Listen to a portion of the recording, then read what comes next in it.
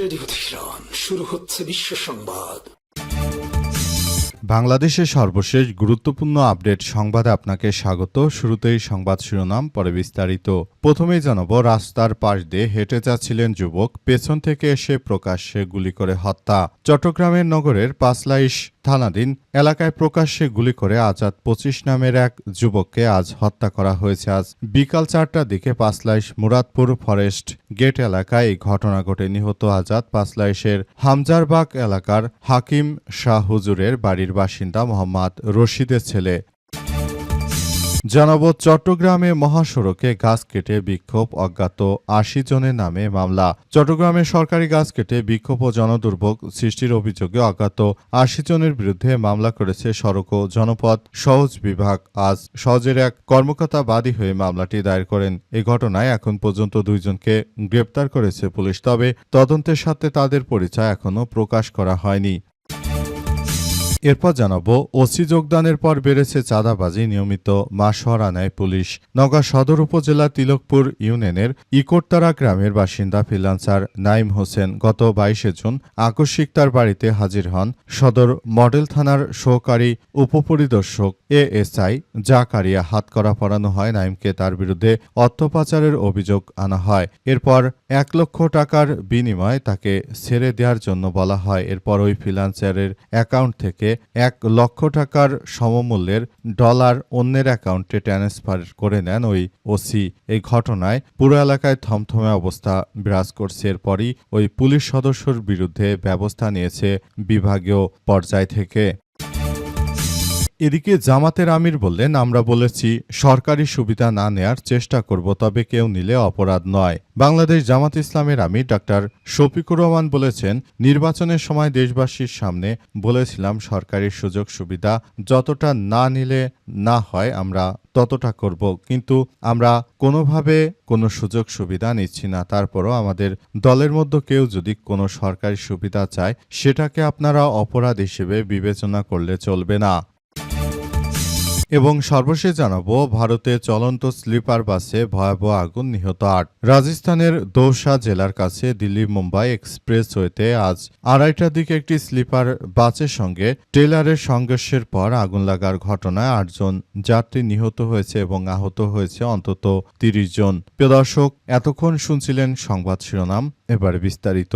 তবে তার আগে বন্ধুরা, অনুরোধ থাকবে এই সংবাদটিতে একটি লাইক দিন। এই চ্যানেলে আপনি নতুন হয়ে থাকলে আমাদের সংবাদটি দেখতে দেখতে চ্যানেলটি সাবস্ক্রাইব করে রাখুন। কমেন্ট করে বন্ধুরা আপনার মূল্যবান মতামত জানিয়ে দিন আপনি বিশ্বের কোন দেশ থেকে বা বাংলাদেশের কোন স্থান থেকে আমাদের সংবাদটি দেখছেন এবং শুনছেন।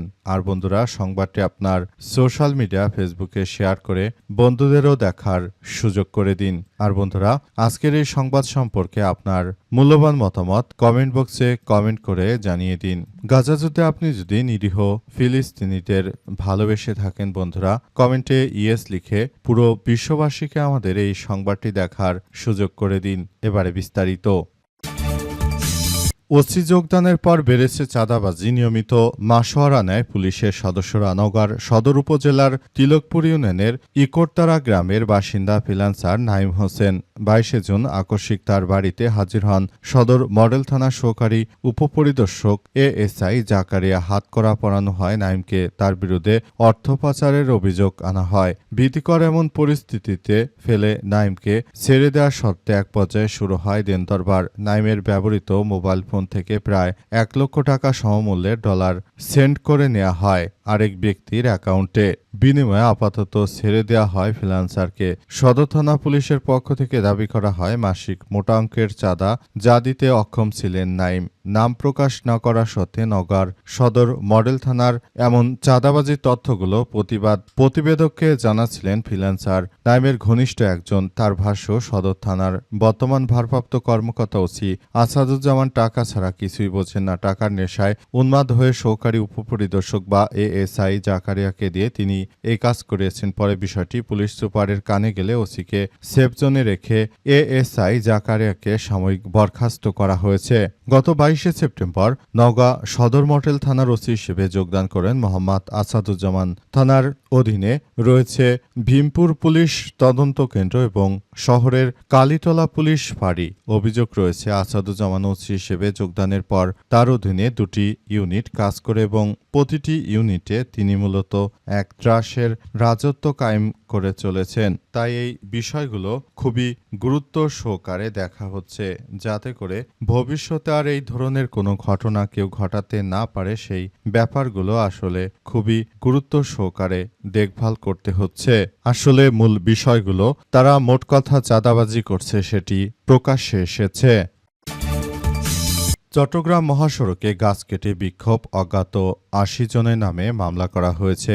বিএনপির সন্ত্রাসী আসলাম চৌধুরীর মনোনয়ন বাতিল করে দেওয়ার পর তার এমপিত্ব পদ বাতিল করে দেওয়ার পর চট্টগ্রামে বিএনপির সন্ত্রাসীরা মাঠে নেমে তারা পুরো ঢাকা চট্টগ্রাম মহাসড়কের বিভিন্ন জায়গায় সরকারি বড় বড় গাছ কেটে তারপর তারা সন্ত্রাসী কার্যক্রম চালিয়েছিল।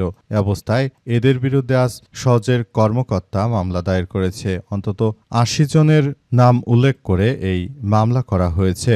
এদের মধ্যে ২ জনকে গ্রেপ্তার করা হয়েছে, আর বাকিদের গ্রেপ্তার করা হবে। তবে গ্রেপ্তারকৃত ২ জনের নাম এখনো প্রকাশ করা হয়নি, যাতে করে পুলিশের সদস্যদের এই মামলায় আটক করতে সহজ হয়। মূলত বিষয়গুলো খুবই বিরক্তিকর এক কার্যক্রম হিসেবে গড়ে তোলা হচ্ছে।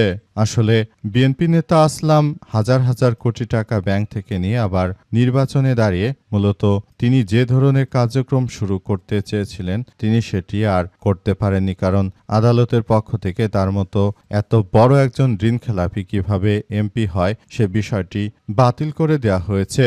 এই ঘটনায় আসলে এখন আসলাম চৌধুরীর এমপির পদ বাতিল হয়ে যাওয়ার পর তার ভাড়াটে সন্ত্রাসীরা ঢাকা চট্টগ্রাম মহাসড়কের উক্ত মহাসড়কটি অবরোধ করে এবং সেখানে গাছ কেটে বিক্ষোভ করতে থাকে। এই ঘটনা আসলে কোনোভাবে গ্রহণযোগ্য হতে পারে না, কারণ আদালতের সিদ্ধান্তকে যারা অমান্য করে তারা মূলত দেশের ভালো চায় না। তারা সব সময় এমন কিছু করতে চায় সেটা দেশের জনগণের জন্য খুবই ভয়াবহ এক বিপর্যয়কর পরিস্থিতির জন্ম দিতে পারে। তাই এই বিষয়গুলো নিয়ে সবাইকে এখনই ভাবা উচিত এবং যাদেরকে আটক করা হচ্ছে তারা সবাই মোটামুটি কথা বুঝতে পারবে যে পরবর্তীতে এই ধরনের অহেতুক আন্দোলন করে জনগণের বিরুদ্ধে দুর্ভোগ ছড়ানোর জন্য আসলে কতটা বেগ পোহাতে হয়। রাস্তার পাশ দিয়ে হেঁটে যাচ্ছিলেন যুবক, পেছন থেকে এসে প্রকাশ্যে গুলি। চট্টগ্রাম নগরের পাঁচলাইশ থানাধীন এলাকায় প্রকাশ্যে গুলি করে আজাদ ২৫ নামের এক যুবককে হত্যা করা হয়েছে। আজ বিকেল ৪:৩০টার দিকে পাঁচলাইশ মুরাদপুর ফরেস্ট গেট এলাকায় এই ঘটনা ঘটে। নিহত আজাদ পাঁচলাইশের হামজারবাগ এলাকার হাকিম শাহ হুজুরের বাড়ির বাসিন্দা মোহাম্মদ রশিদের ছেলে। চট্টগ্রাম মেডিকেল কলেজ চমেক হাসপাতাল সূত্র থেকে জানা গেছে, বিকেলে এই রাস্তার পাশ দিয়ে হেঁটে যাচ্ছিলেন আজাদের সময় হঠাৎ করে পেছন থেকে আসা অজ্ঞাত পরিচয় ব্যক্তিরা তাকে লক্ষ্য করে গুলি ছোড়ে। পরে সঙ্গে থাকা অন্যরা তাকে দ্রুত উদ্ধার করে চট্টগ্রাম মেডিকেল কলেজ হাসপাতালে নিয়ে যায়। সেখানে কর্তব্যরত চিকিৎসক তাকে মৃত ঘোষণা করেছে। চট্টগ্রাম মেট্রোপলিটন পুলিশ বা সিএমপির উত্তর বিভাগের উপকমিশনার মোহাম্মদ হাসান মোস্তফা স্বপন বলেন, মুরাদপুর ফরেস্ট গেট এলাকায় গুলির ঘটনার খবর পেয়ে পুলিশ ঘটনাস্থলে গিয়ে তদন্ত শুরু করেছে। সারা দেশ জুড়ে বিএনপি সরকার ক্ষমতা আসার পর এমন অরাজক পরিস্থিতি চলছে দেশ জুড়ে। তাদের এই নৈরাজ্যকর কার্যক্রম দেশবাসীকে খুবই হতাশার মধ্যে ফেলেছে। সবাই মনে করেছিল যে অন্তর্বর্তীকালীন সরকারের মাঠে কোনো ভিত্তি নেই, তাই অন্তর্বর্তীকালীন সরকার যখন পদত্যাগ করবে তখন হয়তো দেশে শান্তি শৃঙ্খলা ফেরত আসবে। কিন্তু এখন দেখা গেল পুরো উল্টো বিষয়। পুরো বিষয়গুলো আসলে দেখা যাচ্ছে যে এই মুহূর্তে আসলে কার্যক্রম সম্পূর্ণ উল্টে গেছে। অবস্থায় আসলে পরিস্থিতি কোন দিকে যাবে সেটি এখন পর্যন্ত বলা যাচ্ছে না। এই পরিস্থিতির মধ্য দিয়ে সবাইকে আসলে এগিয়ে যেতে হচ্ছে। এই পরিস্থিতির মধ্য দিয়ে আসলে সবাইকে এগিয়ে নিয়ে তারপর পুরো কার্যক্রম চালিয়ে যেতে হচ্ছে। জামাত আমির বললেন, আমরা বলেছি সরকার সুবিধা না নেয়ার চেষ্টা করব, তবে কেউ নিলে অপরাধ নয়। বাংলাদেশ জামাত ইসলামের আমি ডাক্তার শফিকুর রহমান বলেছেন যে আমরা শপথ করেছিলাম যে আমরা সরকারে যাই বা না যাই আমরা সরকার থেকে কোনো সুবিধা নেব না, কিন্তু দলের মধ্যে দু একজন এমপি মন্ত্রী তারা সরকার থেকে একটু আধটু তারা সুবিধা নেয়ার চেষ্টা করছে। তাদের উদ্দেশ্যে জামায়াতের আমির বলেছেন যে দেখুন, বাংলাদেশ জামাত ইসলামের কোনো নেতৃত্ববৃন্দরা তারা মূলত কোনোভাবে সরকারি কোনো সুযোগ সুবিধা বা দল থেকে কোনো সুযোগ সুবিধা পায় না। সুতরাং একজন বয়স্ক এমপি হিসেবে তারা যদি সরকারি যে সুযোগ সুবিধাগুলো অন্যান্য রাজনৈতিক দল নেয়, এদের সংসার চলতে যদি কষ্ট হয়, এরা যদি কিছু একটা চায়, সেক্ষেত্রে এটাকে আপনারা যে অনেকেই অপরাধ হিসেবে গণ্য করছেন, আপনাদেরকে বলতে চাই আমরা দল হিসেবে আমরা জামাত ইসলাম কখনো সরকারের এক পয়সারও সুযোগ সুবিধা আমরা চাইনি। সুতরাং আপনারা বিষয়গুলো বিবেচনায় না নিয়ে শুধুমাত্র একজন ব্যক্তি কথা বলে তারপর পুরো দলকে দোষারোপ করতে পারেন না। আমাদের পুরো দলের সিস্টেমটিকে বোঝার চেষ্টা করুন। সেখানে কোনো চাঁদাবাজি নেই, কোনো রাহাজানি নেই, কোনো সন্ত্রাসী অরাজক পরিস্থিতি কোনো কিছু নেই। তারপরেও তেইচুরে যে ধরনের কার্যক্রম চলমান রয়েছে, আসলে সেটি সবার জন্য খুবই দুঃখজনক এক ব্যাপার হয়ে দাঁড়িয়েছে। তাই সবাইকে বলতে চাই, আপনারা যার যার জায়গা থেকে এই পরিস্থিতিতে সবাই যার যার জায়গা থেকে যদি পরিবর্তন না হন, তাহলে ভবিষ্যতে আপনাদের সবাইকে আমরা বিষয়গুলো নিয়ে জবাবদিহিতার আওতায় নিয়ে আসব বলে জানান বাংলাদেশ জামাত ইসলামের আমি ডাক্তার শফিকুর রহমান।